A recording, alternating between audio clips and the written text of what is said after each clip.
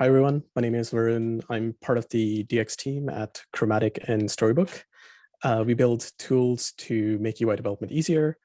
And today I'm just going to give you a quick overview of some of the new features that are coming out in Storybook 6.4 that got released just this week, or last week, sorry. So before I dive into that, I quickly just want to talk a little bit about where Storybook fits into the front-end ecosystem. So it's fair to say that UI development now is harder than ever. And a lot of that comes down to just we're building a lot more complicated UIs. Users expect apps to have really rich UIs, and we're not just shipping documents anymore. And our products have a much larger surface area than what it used to before. Like often companies are building multiple products, but the size of the UI development teams or the front-end teams hasn't really grown that much.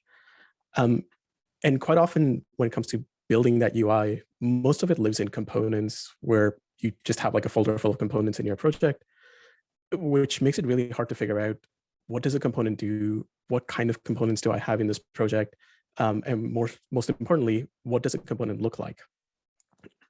Not surprisingly, designers have this figured out.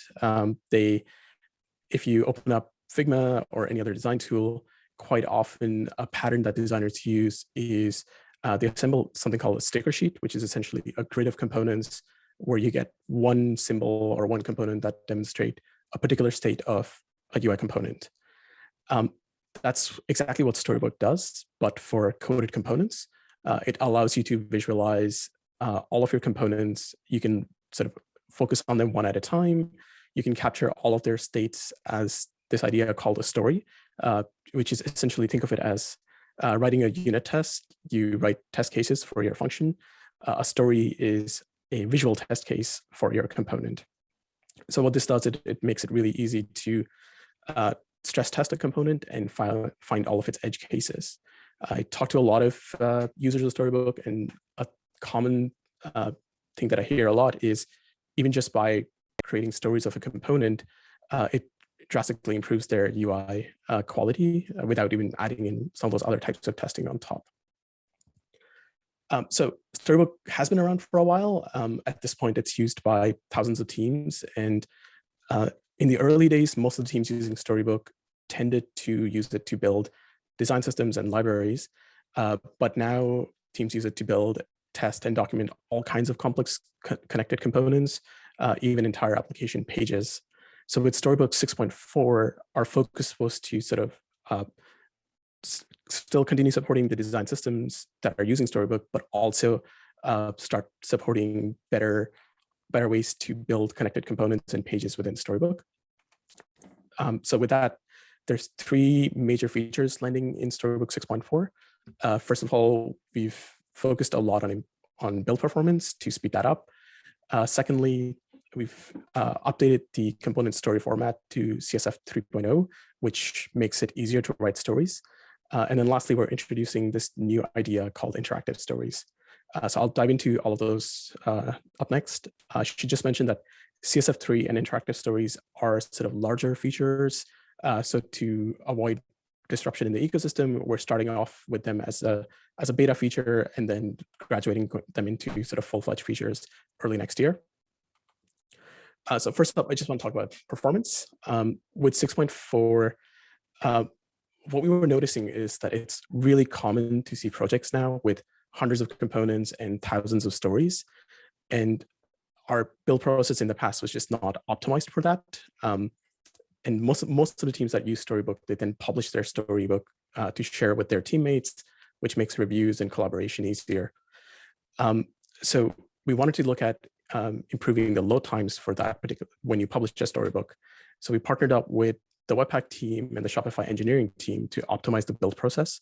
And the end result is with 6.4, we're seeing up to 3 times smaller bundle sizes and 4 times faster load times. And the way that was achieved was, first of all, we implemented code splitting. So up until 6.3, when you generated a static build of your Storybook, it was all just one massive bundle. Your stories, your components, the Storybook Manager UI, which was obviously quite slow to load. So with 6.4, we're leveraging code splitting, where each story is split into its own individual bundle with the component that's being rendered and a small bit of code that's required to render that component. So when you load up your Storybook for the first time, you're only loading up code that's required for that initial render.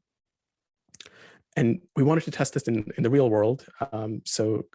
The two sort of best places for us to try this out was with the Chromatic Storybook, which has something over 2,000 stories, and one of the Shopify Storybooks, which has over 500 stories. And in both cases, in real world tests, we saw that the bundle size dropped by 60%, which was a really good result. The second thing we sort of focused on was enabling smart caching, which is a Webpack feature that just compares the build from your previous build and checks to see, if a file didn't change, then I'm going to skip building this essentially.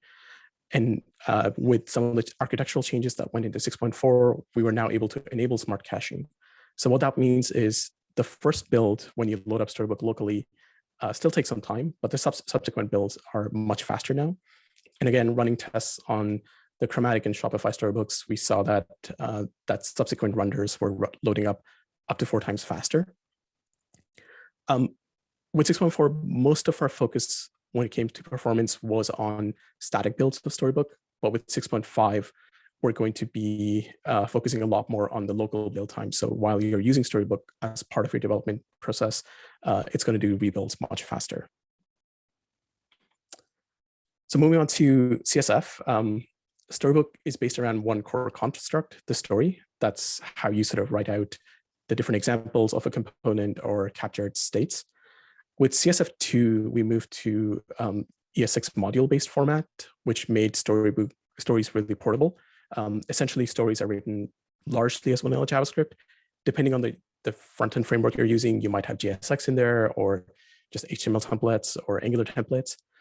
But largely, stories were just functions. And what that meant was people started importing stories into other tools like Chromatic, Jest, Axe, Cypress, and then reusing them as the test cases, which pairing with these other testing tools.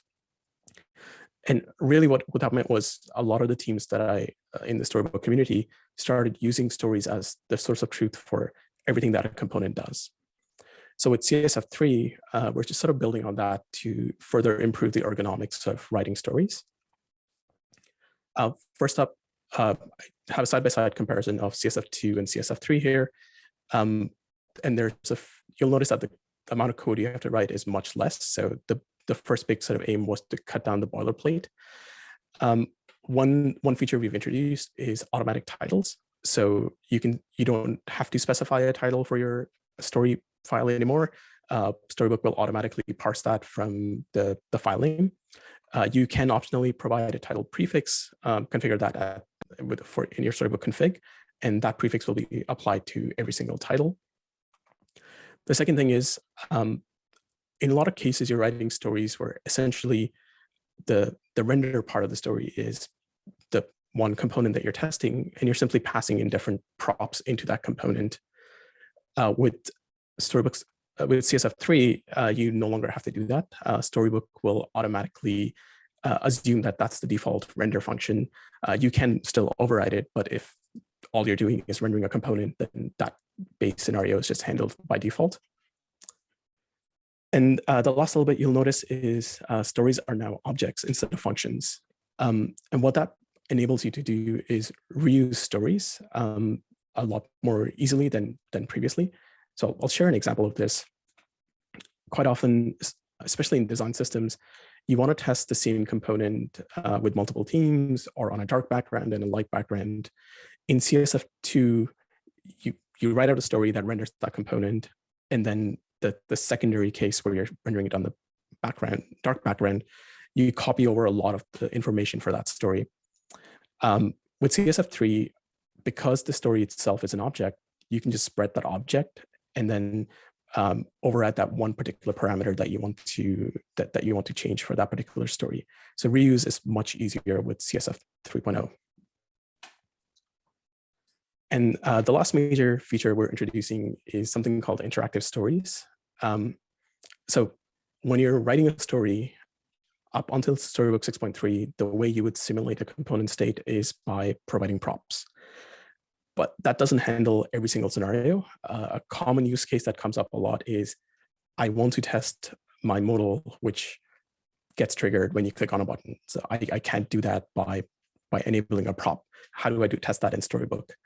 And honestly, we didn't have a good answer for that. And that's why we did a bit of research into how are folks actually testing that, and how do we enable that within Storybook itself.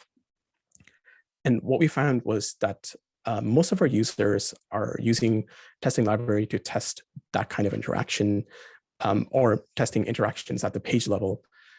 So we decided to bring that into Storybook itself. And with interactive stories, you can define interactions that run on top of your story.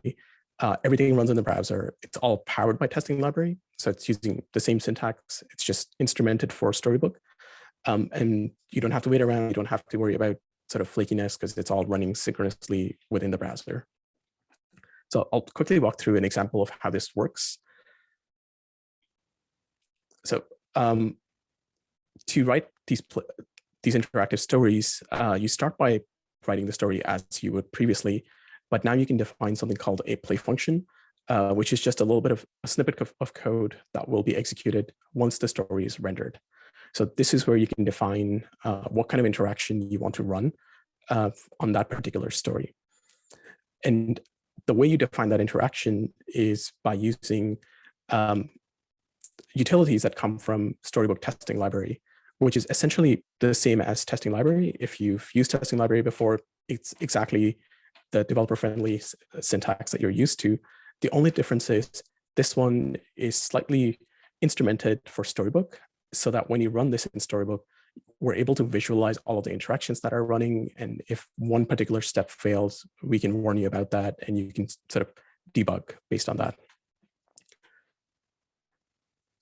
So when you run this in Storybook, you'll see that you now get an interactions panel, and that interactions panel visualizes the interaction that's running for that particular story.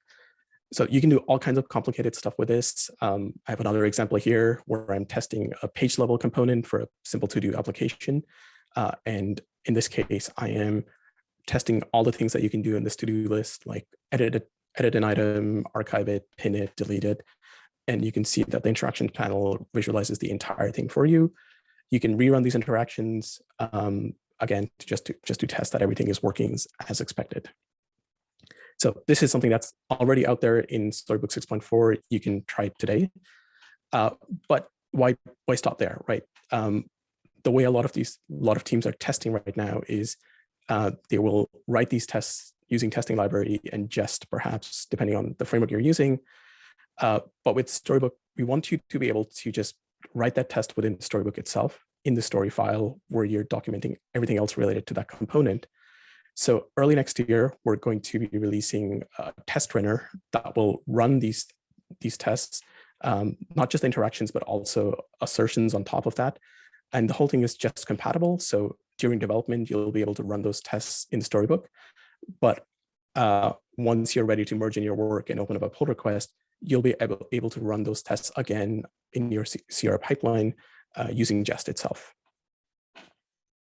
So those were sort of the major features that are landing in 6.4. There's hundreds of other improvements. We support pretty much every major JavaScript framework out there. So often there's a lot of maintenance that goes along with that.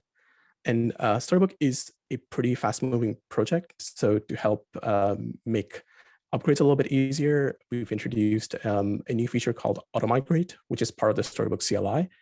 So essentially, when you run upgrades, it's now going to check to see if there's upgrade paths available for you for stuff like, you might be using Webpack 5, but your Storybook was still using Webpack 4, and it will suggest code mods that you can apply to automatically update your code. The other sort of nice feature we've introduced is all of our documentation is now versioned. So you can go back to as far back as 6.0, and as we start releasing beta versions of 6.5 and 7.0, you can preview those docs too. And then lastly, we now have a Storybook ESLint plugin that will just check your code and suggest best practices so that you're writing well-formatted stories right there in your IDE itself. that was everything. Thank you very much. And I will pass it on to the next speaker.